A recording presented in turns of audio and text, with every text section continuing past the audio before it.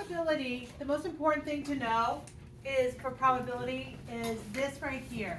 It's going to be representing something called part to whole.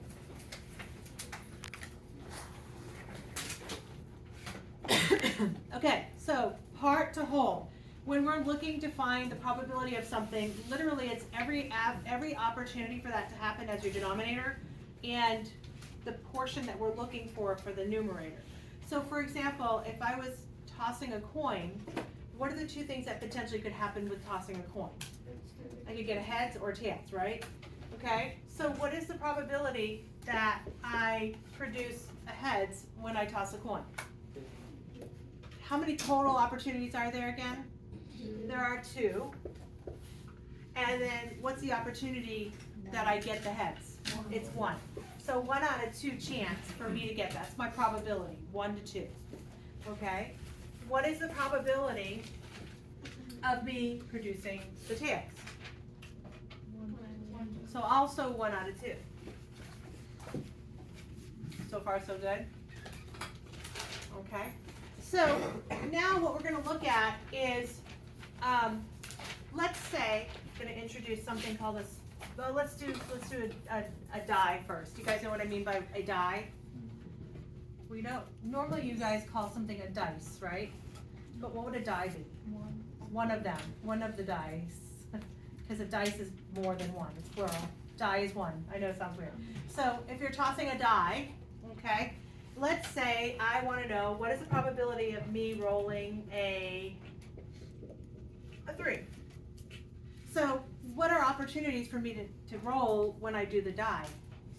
I could get 6 of them. I get a 1, a 2, a 3, a 4, a 5, or a 6, right? So my whole is 6. What is the opportunity for me to roll that 3? 1. It's just 1. Mm-hmm. So it's 1 out of the 6. What is the probability of me rolling? What's the probability of me rolling the number 1 on a die? Again, 1 out of 6. A 2 is 1 out of 6. A 3 is also 1 out of 6. A 4, not trick questions, right? 5 and 6.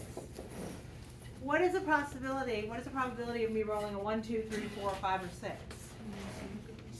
6 out of 6, right? So when we're talking about probabilities, every scenario that makes up that event is going to always add up to 1 whole. In this case, it's 6 out of 6. That represents 100% of the scenarios that could happen. So when we're thinking about probabilities, if we're thinking about it in terms of percents, 100%. If we're thinking about it as individual scenarios and we add them up, it's one whole. So think about it that way. I know I've done something right when I can add up my probabilities and they add up to 1 whole. So probability of producing heads, probability of producing tails is 1/2, okay, or 1/2, which totals up to the 1 whole. So here's the word that I just utilized, and I want to make sure we're cool. So the probability of me producing heads when rolling when tossing a quarter was 1/2, or the other scenario was producing a tails. Does that make sense? So that was also 1/2. The way we show the total probability of that, the word or indicates that we add. So I would write that down. If I'm going to give myself a little help, that is the one that I need to know.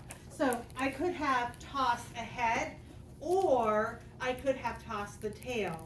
So it's 1/2 or the 1/2. When I add them up, I get 1 whole.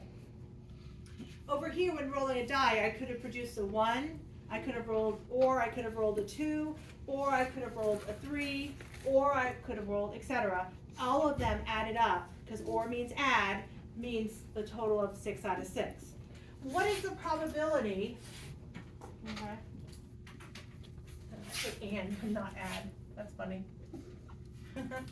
Okay, what is the probability of me rolling a 3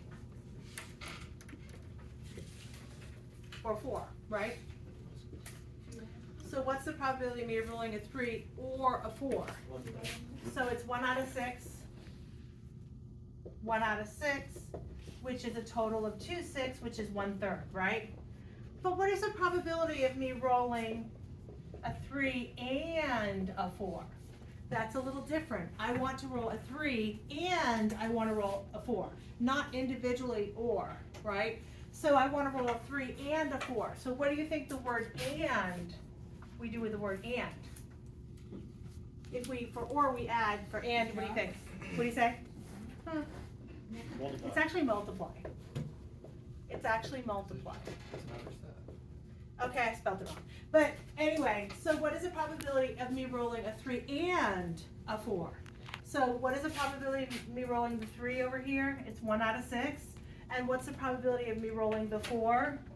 Also 1 out of 6. So what's my probability of me rolling a 3 and a 4? It's 1 out of 36. Very, very good stuff on an ACT or SAT. Okay? It's the verbiage that's important. Are we cool? All right. So now I'm going to show you something called a space diagram. A space diagram is just a way for me to kind of decipher what's happening in my scenario. Let's say I have 2 coins and I'm tossing them. I think we've agreed the potential things that could happen, right, are heads become or a tails, right, and then a heads or a tails. So let's go ahead and write out the scenarios that happen here. Let's say I toss my coin and I get heads and a heads, right? So what is the probability of me getting heads and a heads? So I have the probability of me getting heads was 1/2. The probability of me getting this guy is also 1/2. What is the probability of me tossing 2 coins and getting heads and heads? 1/4, right? So it's a 1/4 opportunity. What about heads and tails? Also 1/4 because it's 1/2. What about tails and heads? Also 1/4. Last but not least, tails and tails. Also 1/4. What is the total probability of me with these scenarios? 4 out of 4, which is 1 whole. 100% of the opportunities. Does that make sense? Okay. What is the probability of me getting the same thing? Heads, heads, tails, tails. It's, what is it? It's 1/2. It's 1/2 the opportunity, right? Okay. So it's either heads, heads, or tails, tails. So what do we feel? Are we good so far? Okay, let's do one with rolling a die. I'm going to roll 2 different die, so we're going to create a space diagram for rolling die. Across the top, my opportunities when rolling a die is that. The opportunity for the second one is that. Okay, I'm going to ask you to find the sum. What does sum mean? S-U-M? Heading. I'm going to have you find the sum of all of each of the scenarios. So for example, I rolled a 1, I rolled a 1, I get a 2. I rolled a 1, I rolled a 2, I get a 3. I'd like you to fill in the whole chart for this space diagram. Alrighty? I added the 2 together, the sum of each one.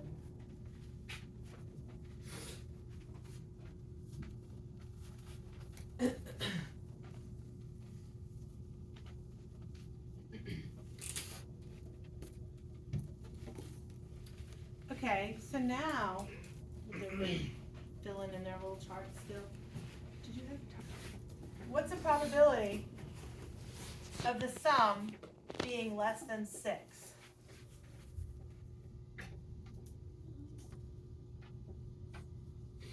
So where are the opportunities that the sum turned out less than 6? What are my numbers? 5. Yeah. Above the 6? Okay. What are the actual numbers on there? 5, 4, 3, 2. So 5, 4, 3, and 2. Can't add up to 1 whole, right? Because it's 2 different. So what is the probability? Remember, it's part to whole. So what is the probability of me rolling sum of less than 6? How many are my whole and how many are my part?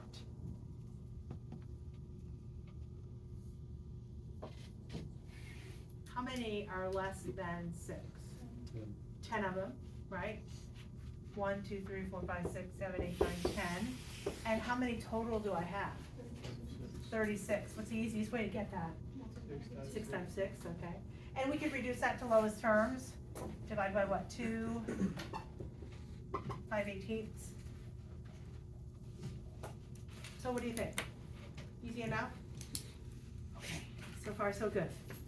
All right, so we're going to be using space diagrams for different scenarios. Space diagrams sometimes come up, sometimes they don't come up. But the next one that comes up, you might see quite a bit. All right, I'm going to give you, we're going to teach you now tree diagrams.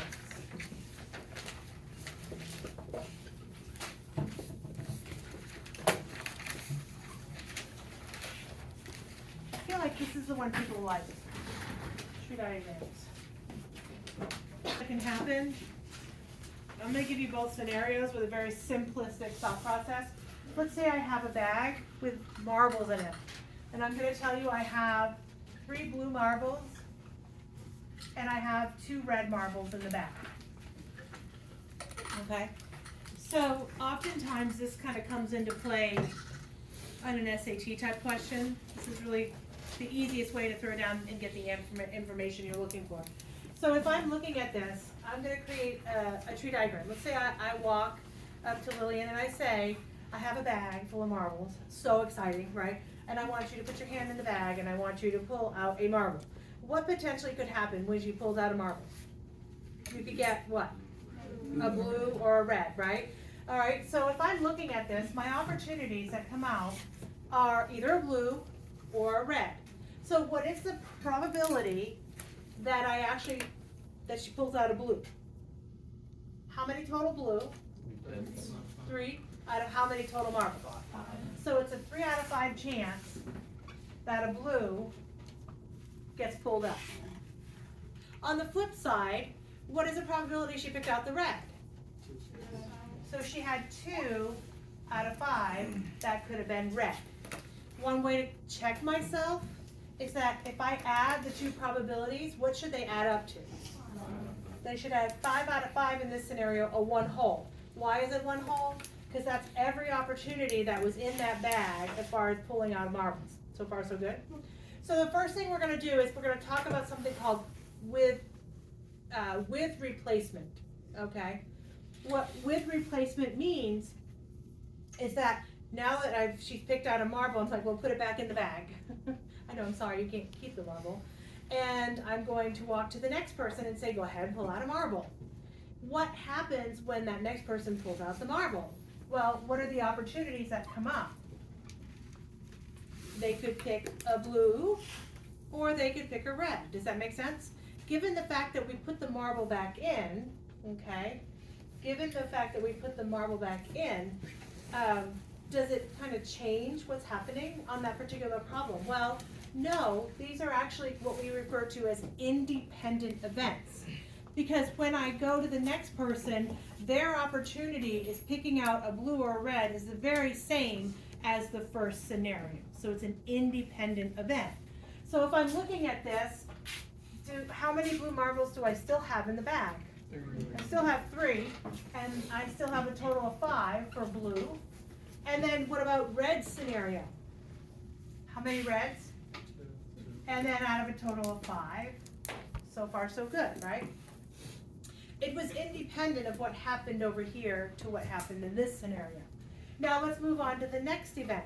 If I look at this particular branch of the tree, initially let's say a red was chosen out of it.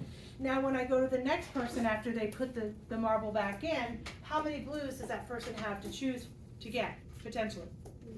3 out of the total of 5 blues, right? And then the next one is how many for the reds? Also 2 out of 5.